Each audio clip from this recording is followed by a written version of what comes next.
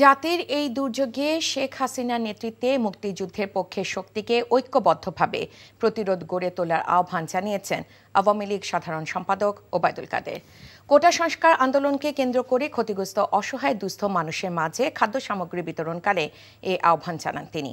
বলেন, বিটিভি ভবন, metro rail, BRTA, সেতু ভবন সহ যেসব স্থাপনা সরকারের ভাবমূর্তিকে প্রশংসিত করেছে সেগুলো ভাঙচুর এবং আগুন দিয়ে পুড়িয়ে দেওয়া হচ্ছে।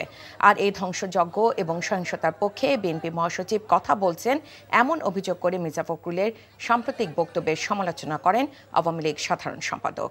জানান, অগ্নিকাণ্ড এবং ভাঙচুরের ঘটনায় যে ক্ষতি হয়েছে তাতে নতুন যন্ত্রপাতি কিনেও আগামী 1 বছরে মেট্রো রেল সচল করা কঠিন হয়ে পড়বে।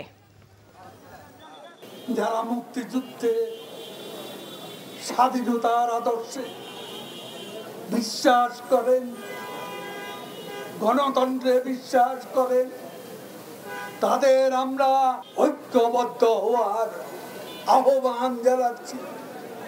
জাতির দুর্যোগে শেখ হাসিনাই, বঙ্গবন্ধুর কন্যাই আমাদের বিশ্বস্ত ঠিকানা। এ আগুন সন্ত্রাস বিএনপি জামাতের এই তাণ্ডবের বিরুদ্ধে ঐক্যবদ্ধ প্রতিরোধের কোনো বিকল্প। এখন জন্ম সনদ দিয়ে খোলো বিকাশ স্টুডেন্ট অ্যাকাউন্ট। নিজের বিকাশ নিজে কর।